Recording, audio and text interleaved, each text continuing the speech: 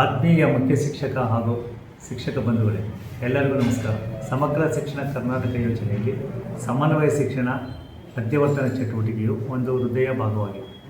ವಿಶೇಷ ಅಗತ್ಯವುಳ್ಳ ವಿದ್ಯಾರ್ಥಿಗಳಿಗೆ ಈ ಮಧ್ಯವರ್ತನ ಚಟುವಟಿಕೆಯು ಒಂದು ವರದಾನವಾಗಿದೆ ಎಂದು ಹೇಳಿದರೆ ತಪ್ಪಾಗಲಾರದು.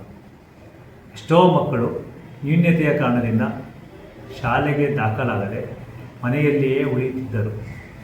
ಆದರೆ ಇಂದು ಇಲಾಖೆಯ ಅನೇಕ ಯೋಜನೆಯ ಕಾರ್ಯಚಟುವಟಿಕೆಗಳ ಮುಖಾಂತರ ಅರ್ಹ ವಯೋಮಾನದ ವಿಶೇಷಚೇತನ ಮಕ್ಕಳು ಇಂದು ಶಾಲೆಗೆ ದಾಖಲಾಗುತ್ತಿದ್ದಾರೆ.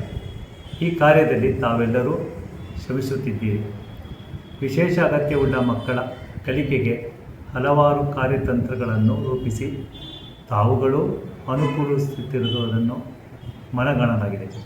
ಸಮನ್ವಯ ಶಿಕ್ಷಣದ ಮಧ್ಯವರ್ತನ ಚಟುವಟಿಕೆಯಡಿಯಲ್ಲಿ ವಿಶೇಷ ಚೇತನ ವಿದ್ಯಾರ್ಥಿಗಳಿಗೆ ಇರುವ ಸೌಲಭ್ಯಗಳು ಹಾಗೂ ಕಾರ್ಯಕ್ರಮಗಳ ಕುರಿತು ಸಮನ್ವಯ ಸಿಂಚನ ಎಂಬ ಶೀರ್ಷಿಕೆಯ ಬ್ರೋಷರ್ ಇಂದು ನಿಮ್ಮ ಕೈ ಸೇರಿದೆ.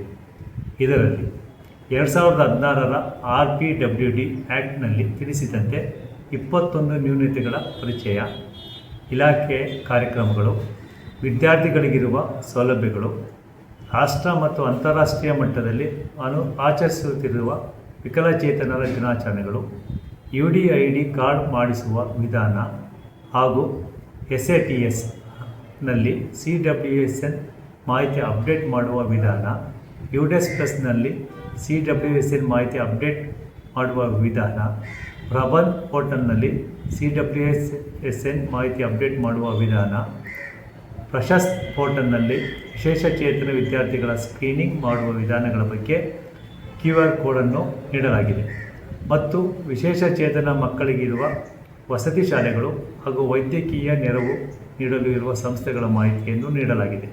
ತಾವೆಲ್ಲರೂ ಇದರ ಸದುಪಯೋಗವನ್ನು ಪಡೆದುಕೊಂಡು ವಿಶೇಷ ಅಗತ್ಯವುಳ್ಳ ಮಕ್ಕಳ ಕಲಿಕಾ ಪ್ರಗತಿಗೆ ಕ್ರಮ ವಹಿಸಲು ಈ ಮೂಲಕ ತಿಳಿಸುತ್ತಿದ್ದೇನೆ. ಧನ್ಯವಾದಗಳು.